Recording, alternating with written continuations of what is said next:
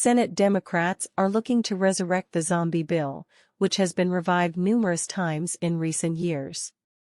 Most recently, Democrats and their establishment Republican counterparts attempted to shoehorn the legislation into last year's National Defense Authorization Act, NDAA.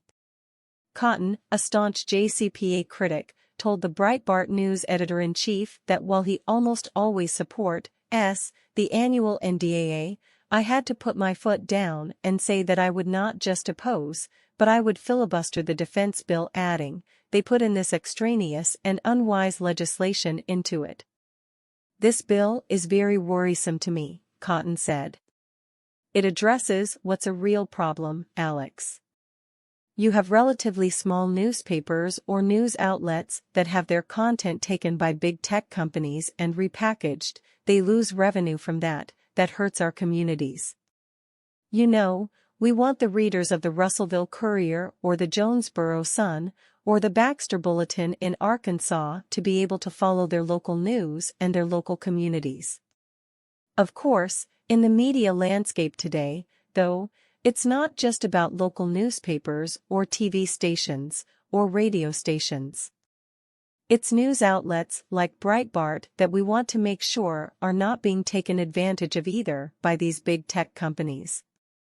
But I don't think this bill is the solution for it, however, because what it does is create a giant antitrust exemption to create a kind of media cartel.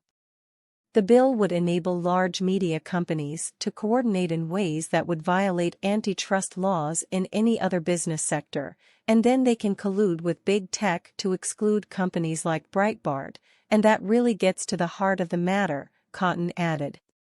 They've already acknowledged that they wouldn't let your news outlet into their club, Cotton explained.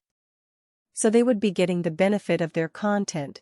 They would be forcing these big tech companies to pay for their content, but the tech companies could still take your content. So it'd be even worse for any disfavored conservative outlet because, right now, you're at least on par with every other media company or small news outlet, and the big tech companies are taking advantage of you. But in this world, it would be worse because everyone else, mostly liberal media outlets, would be getting compensated, and conservative outlets wouldn't be getting compensated.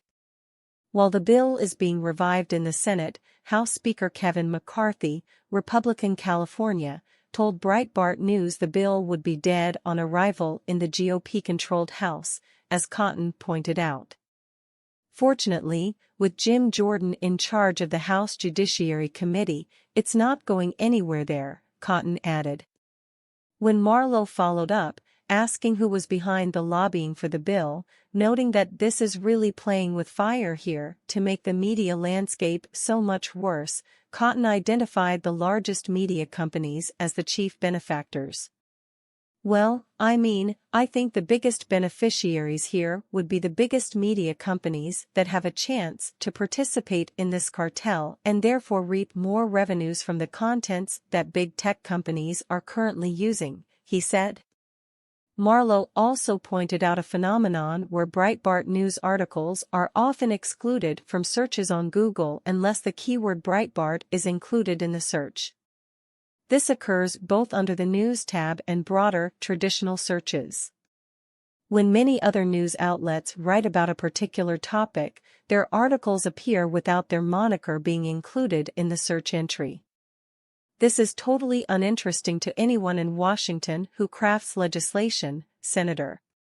No one cares about the obvious discrimination that's taking place, Marlowe said. He added the fact that he could not comprehend how some conservatives actually support the JCPA. I agree, and what happens with Google and Breitbart is very telling. In fact, Alex, when you were just talking, I just went to your website, and I took your first headline about the Michigan city banning pride flags, and I typed that exact headline into Google, and your website does not come up, Cotton said. I think that's pretty telling that your lead story, with a very distinctive headline, I would say, doesn't even come up in Google if you type the entire headline, and I'm afraid that this bill would encourage that, it would actually promote it. And it might not be just Breitbart. It might be plenty of other conservative media outlets, because once this cartel is formed, then they get to decide who's going to be in the club and who's not going to be in the club. And again, they've already indicated that Breitbart doesn't get to be in the club.